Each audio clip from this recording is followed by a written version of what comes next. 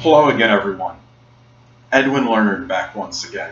In this YouTube astrological segment, I'm going to be talking about astrology and marriage part 2.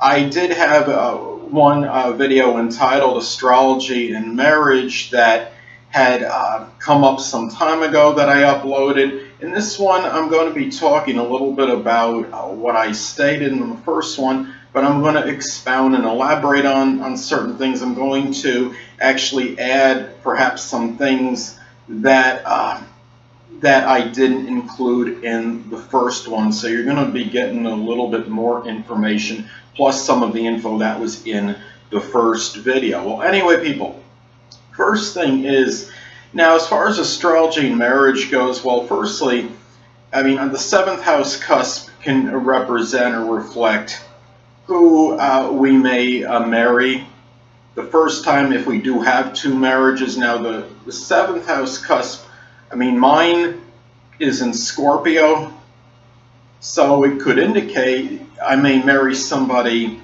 that has a Scorpio prominent in their chart, Scorpio sun, moon, or ascendant, or somebody that simply embodies Scorpio-like characteristics, and you apply this to your own 7th house cusp. It could be somebody, in my case, it might be somebody powerful, intense, has a transforming effect on me, perhaps charismatic, magnetic. It could be somebody that might have some interest in the occult, the supernatural, even astrology. Someone that's very resourceful and resilient. So, and also, it's important to look at the house that the ruler of the 7th house is in, as this could it might give some inkling as to your type of marriage partner you may have if you do marry. So, in my case, of course, Scorpio has 2 rulers, Mars and Pluto. One of the rulers is in the 3rd house, so this could show that I may connect with a significant other, that marriage partner that may be somewhat, might be youthful, might be very communicative, a person that shows certain versatility, but maybe someone younger, but at least young at heart, a person that might be very vivacious and whimsical at the same time, might have some Gemini-like undercurrents. And also, my other ruler, Pluto, is in the 5th house, but it's intercepted, so this could indicate perhaps why I've had some difficulties in terms of marrying. I also have Venus square Saturn, but I'll get to Venus momentarily. So, ruler of the 7th and the 5th, this could be a marriage that I want that would be really strongly connected with love and have a lot of romance and enjoyment.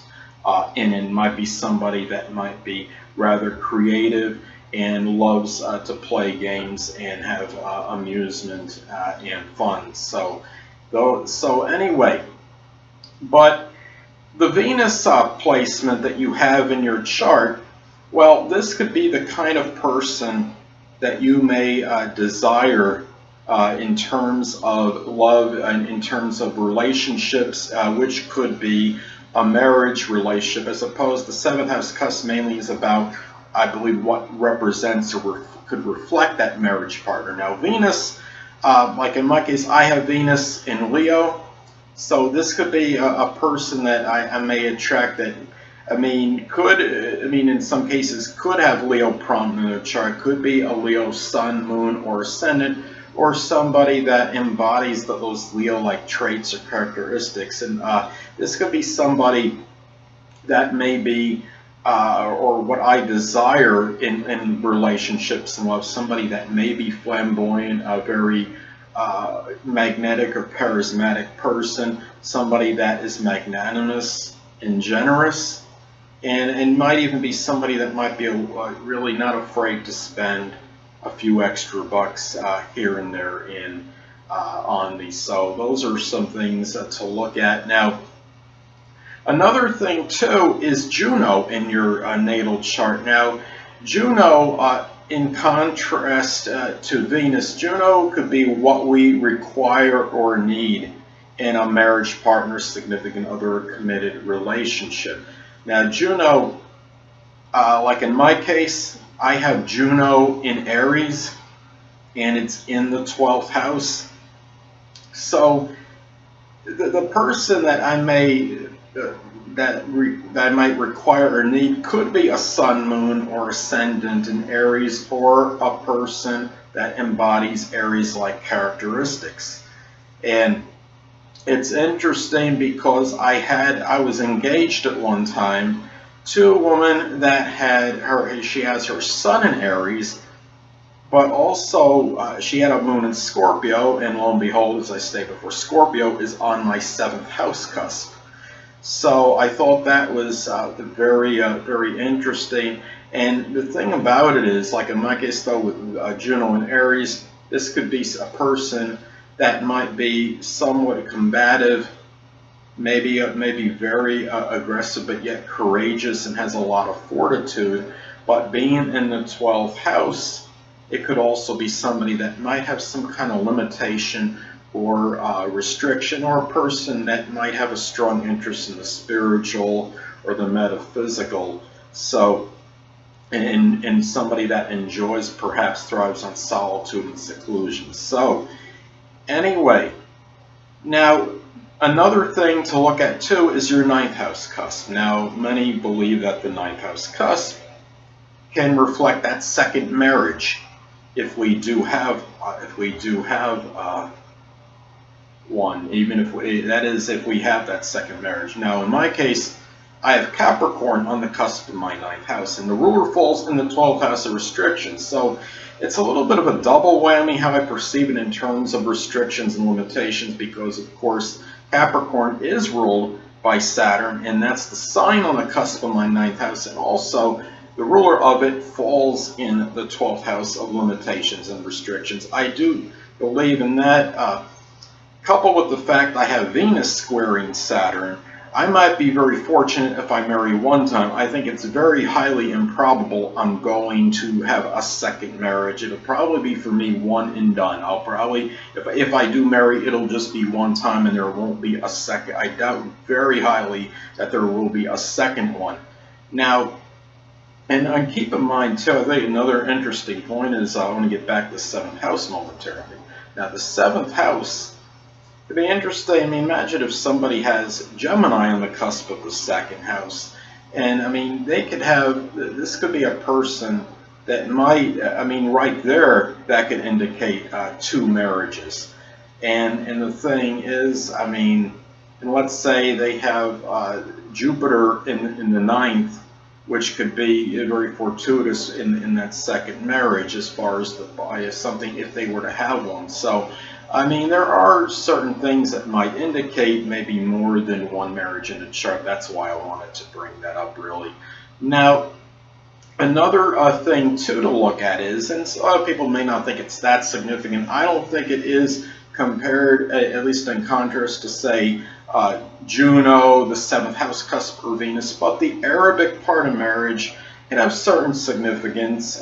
Really, what the part of marriage can be, it's really what may compel you to marry is what the sign and house placement can reflect, and the kind of marriage you may have, and maybe the reason and what compels you to actually marry. Now, my case, I have the part of marriage in Leo in my 5th house, and the thing about it, this could be, given that it's in Leo and in the 5th house, well, Leo can be about extravagance and generosity. So this could be one where I have a somewhat extravagant marriage. Maybe there's more money than average might be spent on it if I do have one. And it could be, given being in the 5th house, this could be strongly connected with true love, and as far as marriage goes. So if I do have one, there's a very good possibility that I'll have that love proponent very strongly in that marriage, and it'll be with somebody that I can really have fun and enjoy doing things with, things of amusement, like playing, whether it's board games or something on the computer or what have you. So anyway, now I want to talk a little bit about how, in one example, and a friend of mine, as far as his Juno, Venus, and 7th house placements go, how that might have impacted him. Now, I have a friend that has, okay, I've stated this in another video, but some of you may not have heard, and this does apply to this video anyway, so I'm going to incorporate it in here. I have a friend that has, okay, he has Juno in Sagittarius in the 6th house of health. It also makes a conjunction to Neptune. And also, okay, he has Capricorn on the cusp of the 7th house, and he also has Venus in Capricorn in the 7th house. I believe he has like 4 planets in this 7th house. Jupiter is one of them, so of course Jupiter is the benevolent planet, that benign planet. So I think this will probably be this marriage will probably be could very well be very positive for him. But what I want to get to is that with Juno, he has Juno and Sagittarius in the 6th. He married somebody, I believe, best of my knowledge, somebody religious, and he's rather religious as well. And of course that could be being in Sagittarius, but it's also somebody I believe has some kind of debilitation or health restriction. Where Juno, that's being Juno in the 6th. And the conjunction to Neptune can also suggest that this person that he required, I should say, or is what he needed in that marriage was somebody that is also very spiritual. But keep in mind, though, he also has Capricorn on the cusp of his 7th house. And he did marry somebody significantly older than him. As I stated before, Jupiter in the 7th house, that benevolent planet, old Jupiter, this could indicate this could be a rather auspicious marriage and one that will be very beneficial for him. He also has Venus in Capricorn, so really he got maybe a positive in as far as what he wanted and what was desired, which is the Venus placement. Also was what what coincides with the 7th house cusp with what he may actually might actually reflect that marriage, what would represent as far as that marriage partner, that first one, which I think that's probably all he'll have. I don't think he'll have a second one. So really, he basically, what I'm saying is Venus in Capricorn shows that somebody may desire a person that may be older in a significant other relationship situation, a person that's very serious, perhaps mature, responsible person, very orthodox and conventional. And he has Capricorn on the 7th house cusp, so not only he got pretty much what the 7th house would suggest is what could very well represent your first marriage, but also what he desired as well. And I think Juno played a role in terms of what he required, in terms of what he needed in that marriage partner. The ruler of his 7th house is in the 12th house, which shows that this person might be somebody, which reinforces the spiritual thing I was telling you about. But it could also be somebody that might have some kind of limitation or restriction. It may be a person that likes their privacy, solitude, and seclusion, and needs their space from time to time. So, and what it tells me too is that perhaps his marriage might have been rather private, and I'm going to guess that it probably didn't have an overabundance of friends there however he did marry. So, and anyway, it's also important to look at transits and progressions too. Let's say you have a chart and it has, you'd say, like your Venus and Juno are strongly afflicted. Your 7th house ruler makes a plethora of negative or adverse aspects. Well, you could be benefited by positive transiting aspects, of course, saying Jupiter, for example, making a sextile or trine to your natal Venus, Jupiter hitting your 7th house cusp. That could be another example as well. Or if it happens, say, in your progression, where you're benefited by positive aspects that may be connected with that Venus in progression, especially something with Jupiter, making a sextile or trine to it, even a conjunction.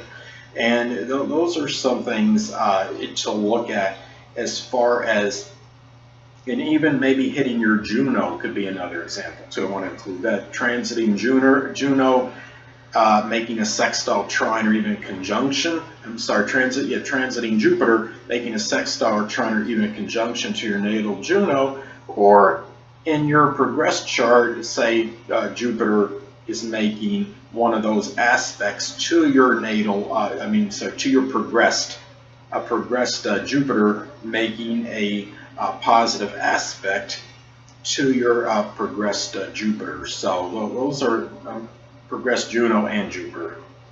Sextile. If you have a good aspect in your progressed chart, which involves